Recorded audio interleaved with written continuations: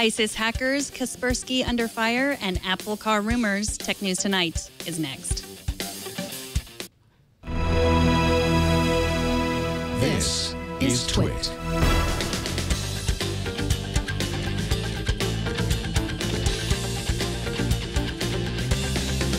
This is Tech News Tonight, episode 403 for Friday, August 14th, 2015. This episode of Tech News Tonight is brought to you by Braintree. If you're working on a mobile app and searching for a simple payment solution, check out Braintree. With one simple integration, you can offer your customers every way to pay. To learn more and for your first $50,000 in transactions fee-free, go to braintreepayments.com/technight. Welcome. I am Megan Morrone. Let's get to today's big news. As we've reported this morning on Tech News Today, two former employees of security firm Kaspersky Lab say Kaspersky tricked antivirus companies into classifying harmless files as malicious. The alleged campaign targeted Microsoft, AVG Technologies, Avast Software, and others, and they fooled them into deleting or disabling files on their users' computers. Kaspersky Lab denies the accusation. According to Reuters, the trolling began nearly a decade ago and was allegedly ordered by Kaspersky Lab's co-founder, Eugene Kaspersky, to retaliate against rivals who thought they were copying his software. These are strong allegations to make against a firm that has won the industry's respect in recent years for its security work, particularly on the Stuxnet computer worm. For more on this story, you can watch today's episode of Tech News Today on twit.tv. Access to public records is the cornerstone of our freedom and democracy in the United States. Public access to records enables citizens to monitor their government and to ensure accountability in a democratic society. Public records also let us endlessly spin our wheels, pun intended, about the potential development of a self-driving car made by Apple. Today, The Guardian used that access to public records to learn that Apple has met with the folks from Gomentum Station, a 2,100-acre former naval base in Contra Costa near San Francisco. The former naval base is already equipped with the kind of security a notoriously secretive company like Apple would need if they were testing a self-driving car. Also, according to Gomentum's website, the location has already been used as a high-security testing ground for autonomous vehicles. But what if, let's just say, this so-called Project Titan, Apple is really planning on using this former naval base as a testing ground for a fleet of lifelike robots designed to convince people they need to buy an Apple Watch? That is also totally probable, in my opinion. Good news, the New York Times says that anyone who has a ham radio and a license can contact the International Space Station. And according to NASA, this happens all the time. But before you get all worried about interrupting conversations between NASA and the ISS, don't worry, you won't. They have a ham radio on the International Space Station, and that's what you'd be connecting to. The frequencies are publicly available, and you too can try to call the space station when it passes 250 miles above. But that doesn't necessarily mean anyone will answer. Coming up, inspiration from the web and DoD hacked files that are leaked. But first, this episode is brought to you by Braintree, code for easy online payments. If you're a mobile app developer, check out Braintree. Braintree is the payment solution used by companies like Uber, Airbnb, Hotel Tonight, Living Social, and Munchery. Braintree scaled with these companies from early stage startups to the successful companies they are today. So Braintree can scale with your business too. Braintree makes it possible for companies all over the world to accept payments online and let customers make a purchase with just one touch. With excellent customer service and simple integration, Braintree gets you ready to receive payments quickly. And Braintree's continuous support, plus fast payouts, means you'll be prepared as your company grows from your very first dollar to your billionth. Braintree gives you a full-stack payment solution, support for all payment types your customers might want. So right now, you can start accepting PayPal or Apple Pay, Bitcoin, Venmo, cards, and more, all with a single integration across all platforms with superior fraud protection, customer service, and fast payouts. To learn more and for your first $50,000 in transactions fee-free, go to braintreepayments.com/technight. Yesterday, a group calling itself the Islamic State Hacking Division published the details of 1,400 military and government personnel, mostly from the U.S.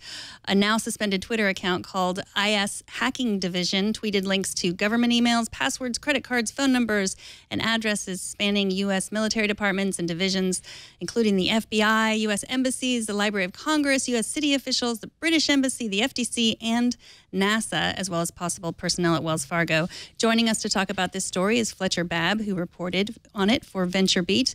Welcome, Fletcher. Hey, thanks for having me. Well, thanks for coming on. So where was this information posted? So it was posted from a Twitter account. Like you said, they were calling themselves the IS Hacking Division. It was on Twitter. It was tipped to me by a pretty reliable source, and he sent me a link, and I opened it up, and it was basically a paste bin style dump of, like you said, about 1,400 names, addresses, replete with a pretty scary amount of information. So we started. You know, these sorts of leaks happen all the time, and it can be difficult to find out if it's actual valuable information or if it's something that's just been copied and pasted from links in the past. So we wanted to work pretty quickly to see if it was accurate. So you said that the Department of Defense is looking into this leak. I mean, do you have any idea what that means, what they're doing? No, that's really all they told us. And we, the afternoon that this story broke, we were on their case pretty heavily, and we never really heard too much else from them. They just told us that they were looking into it, and that they advise all kinds of military people, contractors, anyone involved, to maintain proper OPSEC, they call it, and that's basically just due diligence with passwords and just the overall security of your information. So when you get this list, I mean, what do? Do you just print it out and start making phone calls? How does that work? I didn't print it out. I just started scrolling through it.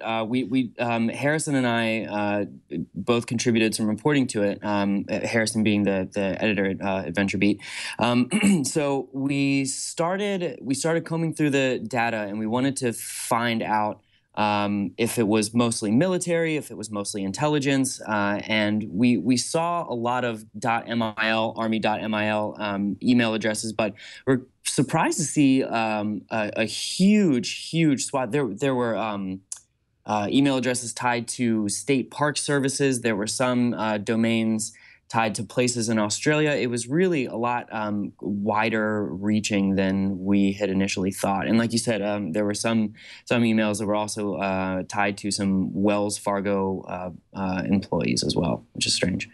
So you were able to verify that some of this was accurate. You actually called these people. Yeah. That's me. Exactly. Since we didn't get the confirmation that we wanted to from the Department of Defense, I just started calling some of the numbers on there to see if they were accurate. So I called several dozen, got some answers. We noticed that a lot of the phone numbers that we dialed that were connected to Army bases and Army installations had already been disconnected, but I made contact with a number of people who were very surprised to be getting my phone call. But after explaining the situation to them, we figured out about, I think, 2 or 3 people that I had spoken to had actually heard from their employer previously. But many of the people that I spoke to were hearing of this for the very first time, which is pretty spooky. So do you think they heard from employers previously because they had gotten to them from this recent hack, or do you think it was a previous hack that their information had already been revealed somewhere? The people that I had spoken to had heard from from their employer earlier that afternoon, and none of the people that I spoke to had been made aware of a leak of their personal information at any point in the past. So as best we could tell, this was the first time their sensitive information had been made public. So did you actually speak to people on the phone, or was it mostly email? It was all on the phone. So what's that conversation like? I mean, were people the people that didn't know already, were they completely freaked out, or did they not trust you, or how did it go? I spoke to one person in the United States Central Command, CENTCOM, And he was a little bit skeptical at first. I feel like I did an okay job of explaining, that I was just a reporter. But he did call me back a couple of hours later and thank me. He hadn't heard anything when I first made contact. Heard from his employer after the fact, and then reached back out to us just to thank us for giving him the heads up. Yeah, I mean, because it's like those kind of, the security hacks that we hear all the time. Like the corporations kind of want to keep them under wraps, but we want to know as soon as possible so we can, take precautions, right? Yeah. I felt obligated to contact these people as well. To confirm our own story, but to I out of a felt obligated to tell these people. An interesting thing was the story was picked up by a number of places. Vocative picked it up, I believe The Guardian and the Daily Mail, but the information security blogger Troy Hunt went through all this information with a very fine-tooth comb. I'm not sure if you had a chance to see the story or not, and came up fairly inconclusive. It's interesting to note that when you go through the spreadsheet, you see a lot of disparities in the actual organization of the information. So you see a lot of phone numbers, names, zip codes, but then sometimes at other places in the data set, things weren't lining up 100%. So long story short, via his analysis, his conclusion was that this might have been copied and pasted from a number of different sources, as opposed to being the result of one giant data breach, which I don't know if that is supposed to make us feel better or worse. Right. I mean, they're just trying to threaten us. That's basically, or threaten these people. So they're able to find that this information is already available and then distribute it further, which is scary. Precisely. So you say there are also some screenshots of Facebook messages that were posted that revealed personal details of military personnel. Yeah, we showed them, and they're a little bit blank looking because we censored a good bit of the information. But yeah, they were snapshots that appeared to show some discussions between two members of the armed forces. They were using some sort of easily decipherable lingo, and they were talking about when a particular bay door was going to be secured and when they were working. And there's not a ton of information to be gleaned from that particular paragraph, but I think what these folks wanted us to, or what they wanted to imply to us, is that troops are giving away potentially sensitive data over networks like Facebook that might not, be as secure or as encrypted as Army OPSEC regulations want them to be.